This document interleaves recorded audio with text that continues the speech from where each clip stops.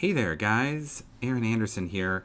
We're going to do some property analysis today. I got a random collection of 3 properties. What we do on this channel is we just analyze properties. That's all we do. It's good for me to build experience. It's good for other people to build experience, and just kind of like, work the muscle of, analyzing properties. I'm a big fan of BiggerPockets, and Brandon Turner always says, when you're starting out, I'm definitely not starting out. But I'm also not like crazy pro. I've been at this for a couple years, and I have a good collection of rental properties. I'm kind of specifically staying with long-term real estate rentals.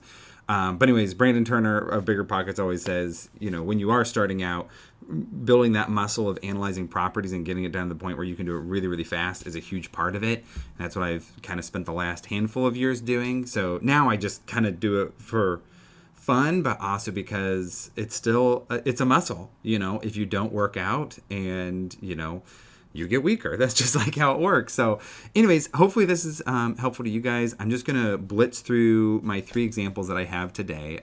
Let's see, I got one example from my homie James Wise over at Holton Wise in Cleveland, Ohio. So he's got a property here that we'll talk about. This is that same property, just the listing of it.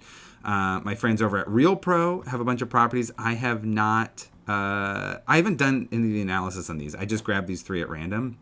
Then I have this other one I just literally found on the MLS, and we will analyze that. So let's dig in. I figured we'd stick with Ohio today.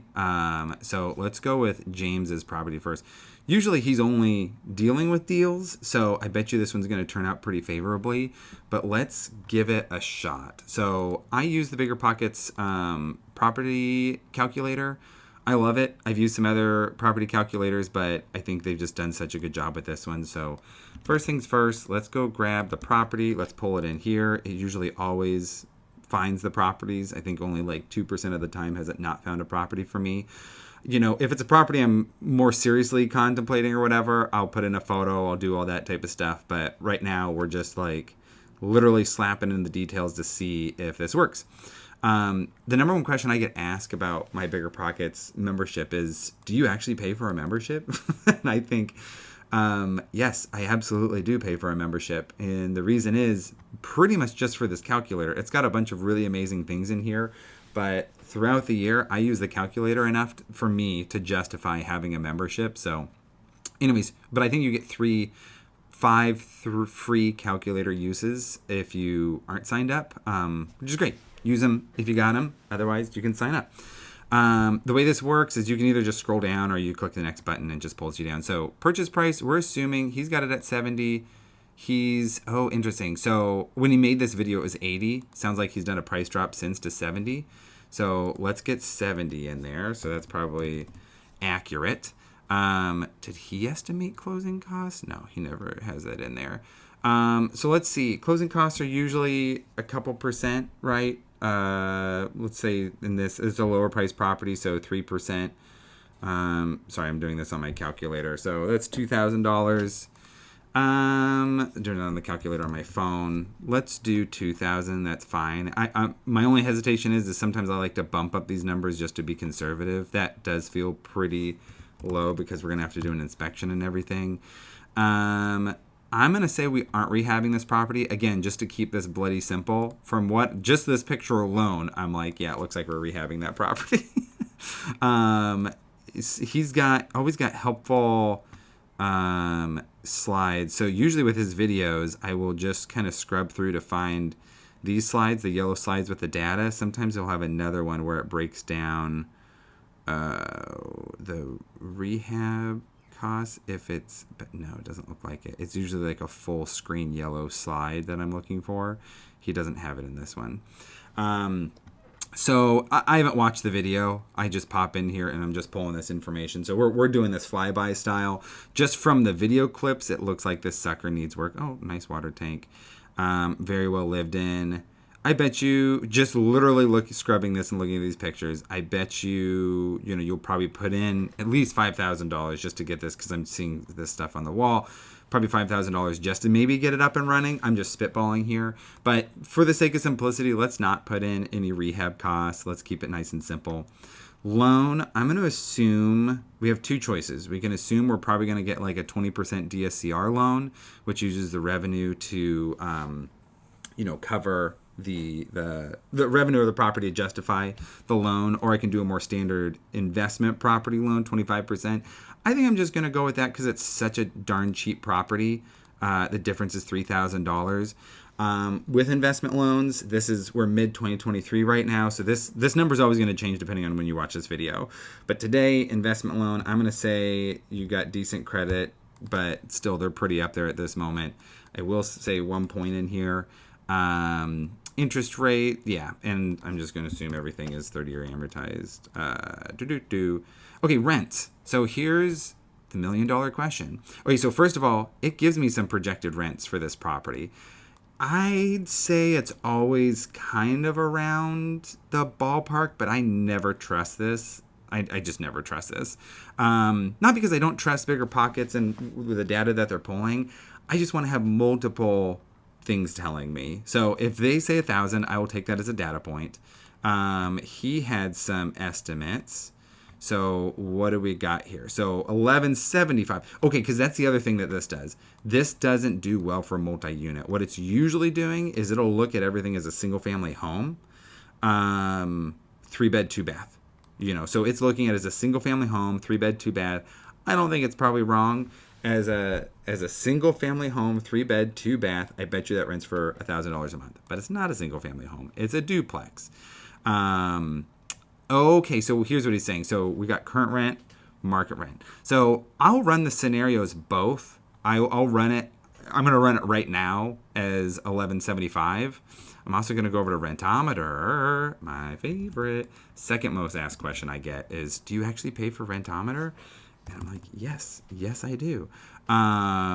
Because I use it so much. Okay, so we got a 1-bed and a 2-bed. So let's run it for both.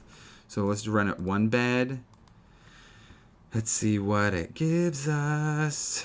Okay, so that's a little above, not quite where he has it, but we're at $650 for the 1-bed. I'm going to make sure it's apartment condos, 2 miles, 12 months, I think is fine.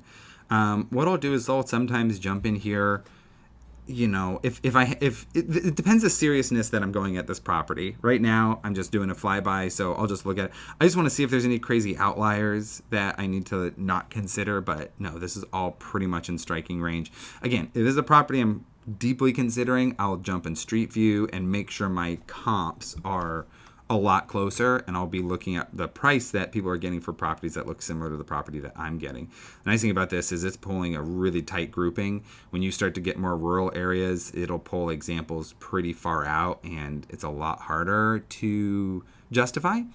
Okay, so let's try a 2. This is a 2-1, right? Yeah, 2-1.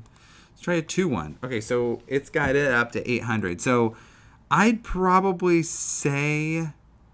Oh, I see. Okay, so I'm looking at these wrong. Okay, so yeah, so he's probably right for the 1-bedroom, and the 2-bedroom, he's also probably pretty close to right, if not just a hair over.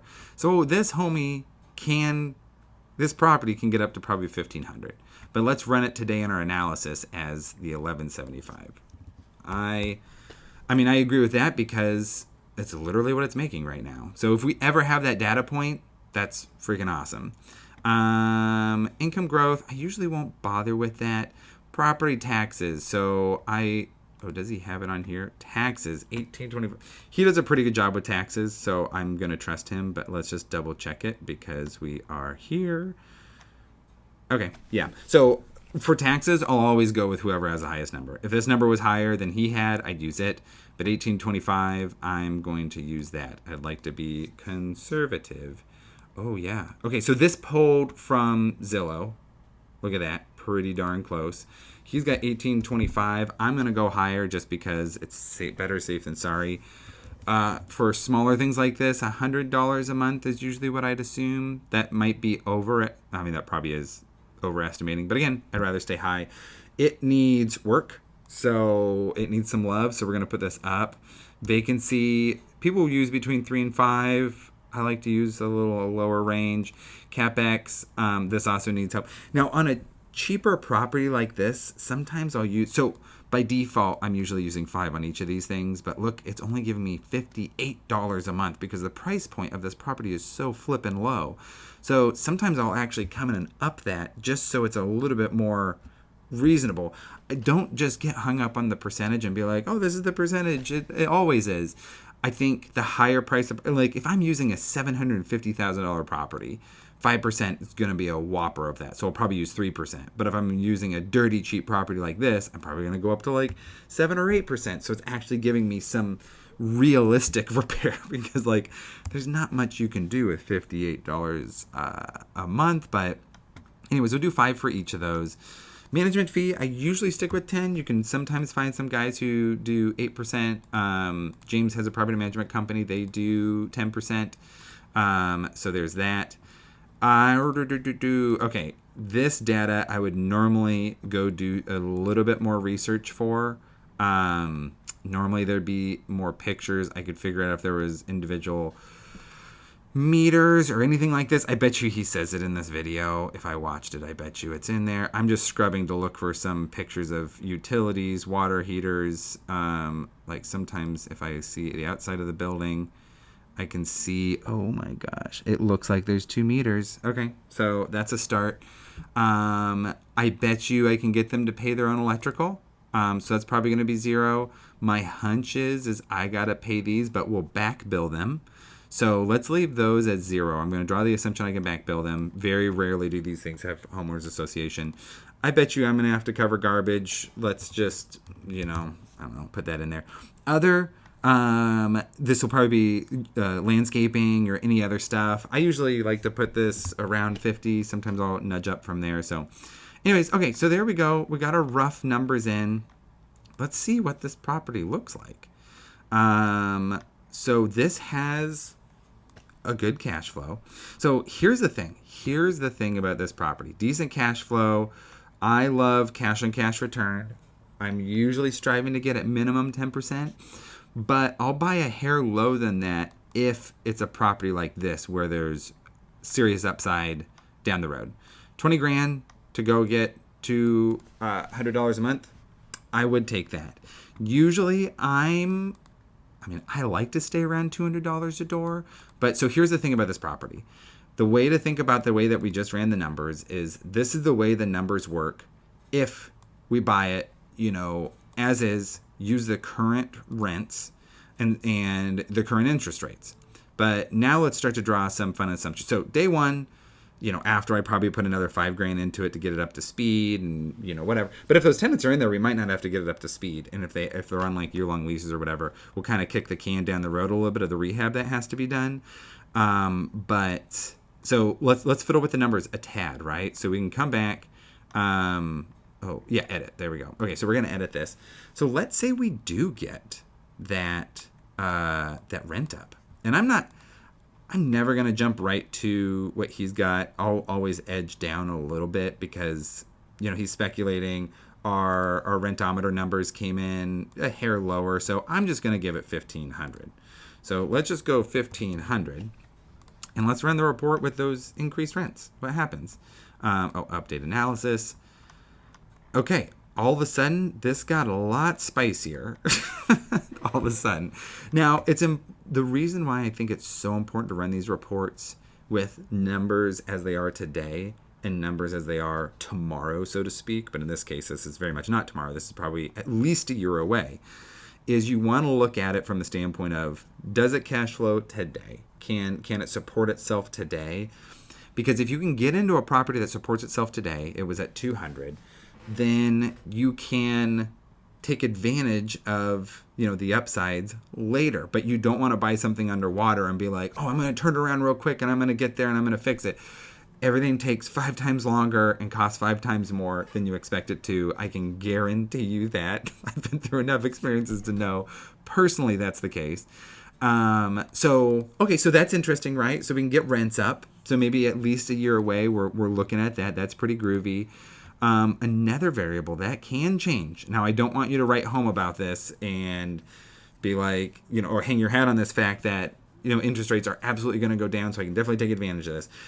It's important to look at this analysis as of it's at 8.5%. I'm going to sit on 8.5% for a long time, but if and when the time comes and I do raise those rents and I also get to bring the sucker down, now is an investment property. I think owner-occupied properties will eventually go down to the 4s and 3s again, probably in like a year, a couple years or whatever. But investment properties probably won't get that low again. So I'm going to put this around 6.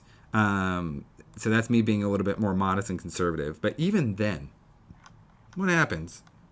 You just got another $100. So all of a sudden, and not all of a sudden with my numbers, but it'll be a very slow burn to get there. This property can absolutely walk towards being a totally killer property. So for 20 grand and probably the other 5, maybe 10 grand you put in, and let's do that. Let's factor that in, because if we're projecting out income, let's also project out expense. So repair costs, we're going to put in $10,000. Okay. So this guy needs another 10. Oh shoot, that's right. Okay, so sometimes what I'll do is, because it wants the ARV and then it's going to give you all this other data. Sometimes what I'll do is I will just factor this into closing costs, just so it's like, I'm like forcing it into the equation, because I don't want to put it in down payment, because down payment is going to get adjusted with this percentage.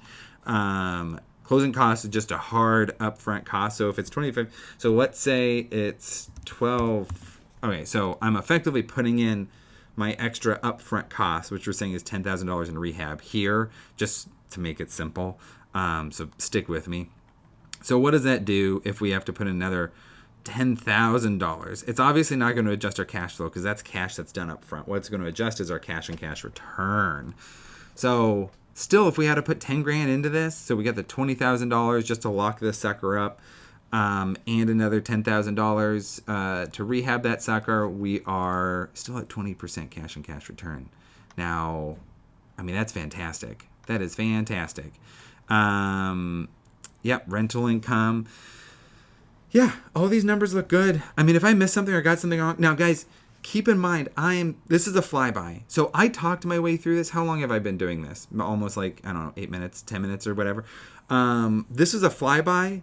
I would actually do this even faster if I wasn't talking and explaining this to you. I would probably do this analysis in, I'm not even joking, 2 minutes or less. I mean, I just slam in these numbers, see what it comes out. I come back, I'd adjust income, and then I'd come back and adjust interest rate. And those are the numbers that I'm looking for. I'm looking for, where is it today?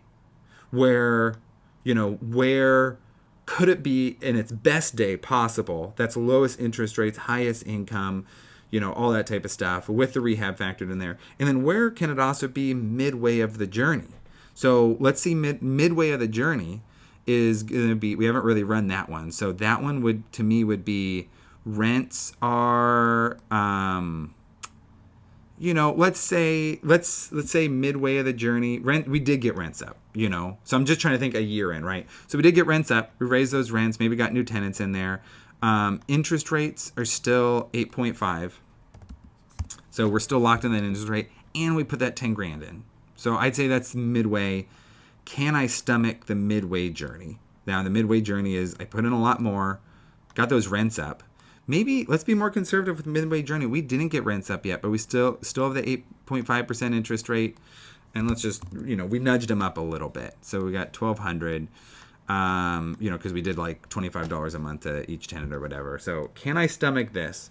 Putting in, so this is actually a really good example. Can I stomach putting in 30 grand, so 20 grand to lock her up, 10 grand rehab? We're on the low end of the spectrum of what this property is going to make overall cash flow wise, 7% cash on cash return. So you have to ask yourself, do you filter this guy out because he's lower on your cash and cash return? Or do you take the shot because you know what he can become? That is the question that we have to ask ourselves as investors. And like, this is like defining your risk profile. I know people who would be like, nope, doesn't make 10% cash on cash return out of the gate because of the rehab situation, all that type of stuff. And this could be higher. Maybe it needs 50, maybe it needs 20. You want to dig into that and find out. But yeah, you got to determine your risk profile. Me, I would probably, if this was the type of property I was going after, I would probably definitely consider this. I would dig into it a lot deeper. I think the rub on this particular property is what is the rehab. Let's see, roof is 4 years, furnace is 3 years, hot water, so it's going to need a hot water tank. Updated electric panel. Well, that's a win. It just looks kind of grody, you know. It's really not that bad. It's not that bad. When I say if this was a property that I was pursuing or into right now, I'd probably look into this deeper. What I'm saying with that is like try to stick with 4 units more than 2 units. I'm trying to steer away from the single and 2 units because I'm trying to up my unit numbers in my portfolio. So, anyways, there you go. I would give, if I was giving my Rotten Tomatoes stamp of approval, I would give this a stamp of approval of fresh. I think this is good. I would consider this property absolutely. Again, more due diligence. This is a flyby here, right? Okay, let's do another one. Okay, so I was gonna do 3 today, but this already took longer. So let's just do 2, and I'll do the other. Here's other properties I've done. Here's the one that I just did. Let's not. These are gonna be a tad bit more complex. A cheap duplex. Let's do this other random one I found. This is totally random. Literally just went to the MLS and clicked on one. It is a duplex. It is in Cleveland. Let's see. 900 for long-term tenants on the downstairs floor. The wood floors, kitchen. Okay. Oh, it's half occupied. Okay. So it's half occupied. It's getting 900. So we'll have to do the math for what it's getting on the other. But it sounds like it's 2 in 2-1-2-1. Yep. Doesn't say what but I bet you, it could be 3-1. That would make a pretty big difference if it's 3-1-1-1. Oh man, look at all that. Everything's looking pretty fresh. Pretty fresh. I don't know what's going on with that. Is that just paint left on the floor? It's older. What year is this house? I bet you it's, I was going to say early 1900s. It's not in bad shape. So they're definitely charging this is not in bad shape price, which is cool. That's okay. I'm happy to pay more if the work is done. I'm not like a crazy sweat equity person. There's a big spectrum of people, that are like, oh my God, I want to get a junker so I can force that sweat equity. I have a family. I have 2 young children. I'm in California. I'm investing long distance. I'd rather get stuff that's a little bit more buttoned up and stuff that the property manager can handle themselves from a rehab standpoint.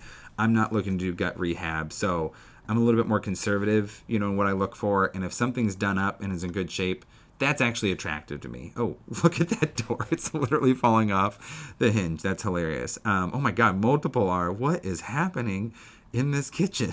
Because countertops and all that, everything looks nice, but the cabinets are just literally falling off. That is so funny. Okay, so let's do this. So 170. We pulled in that information. We got 170, right? Closing costs. I'm doing this number on my calculator, but we got 170 times 0.03, so it's 5,000. Let's just nudge it up. I'd rather be conservative on closing costs. I'm gonna get a classic. I'm gonna get a more conventional loan. We're gonna do 8.5 again. We'll talk more about DSCR loans later. We'll keep a point in there. We're gonna keep doing 30-year. Okay, so rental. Okay, so this guy's thinking 13. Let's see what. I'm glad we're doing this one a little bit faster. I'm not explaining everything. You don't have. You could put 0 in here. It doesn't matter. It's just this is telling it where to set the gauge, but I can put 0 in here. So this is 2-1. Let's see where that comes out. 900.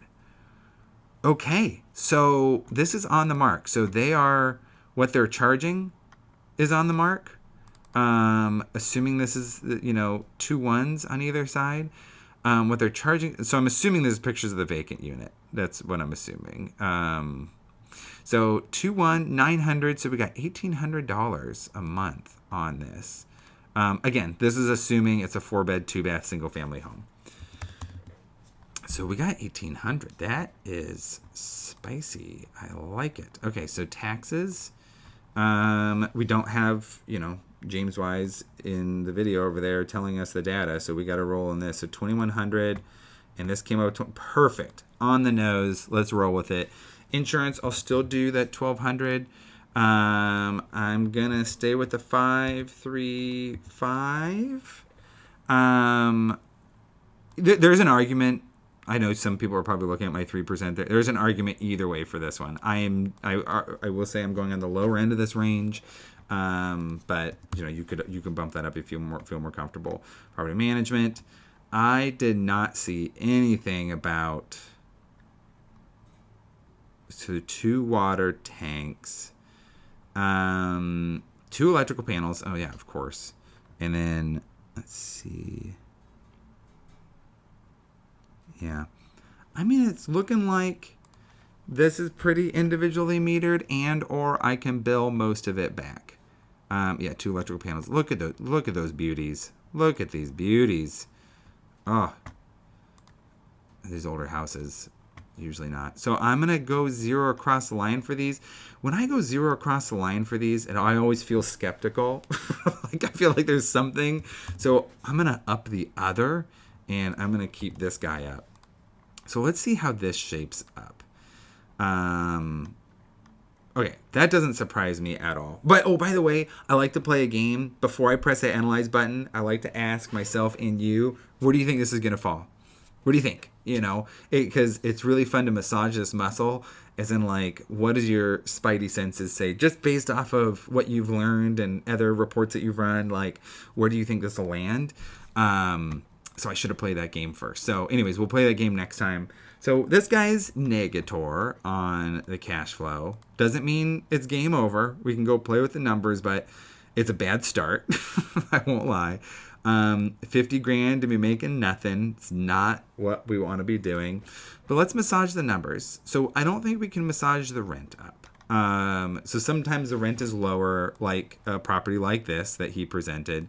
The rent is lower, and there's an opportunity to bring that sucker up. That doesn't sound like this property to me, because they have 1 unit at 900.